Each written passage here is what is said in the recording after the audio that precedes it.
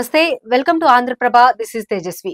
Hero Raj Tarun లావణ్యల వ్యవహారంలో అర్ధరాత్రి మరో హైడ్రామా నడిచింది. తాను ఆత్మహత్య చేసుకోబోతున్నానంటూ డయల్ 112 కు తన లాయర్ దిలీప్ సుంకరకు అర్ధరాత్రి కాల్ చేసింది లావణ్య. దీంతో దిలీప్ పోలీసులకు సమాచారం ఇచ్చాడు. హుటాహుటిన లావణ్య నివాసానికి చేరుకున్న నర్సింగి పోలీసులు ఆమెను రక్షించారు. బలవంతంగా ప్రాణాలు తీసుకోవద్దని కౌన్సిలింగ్ ఇచ్చి నచ్చజెప్పారు. ఆమె రాసిన సూసైడ్ నోట్ ను పోలీసుకు స్వాధీనం చేసుకున్నారు. ఆ లేఖలో ఈ లోకంలో నా పయనం పూర్తి చేశాను, అందుకే ఈ లోకం నుండి వెళ్లిపోతున్నాను.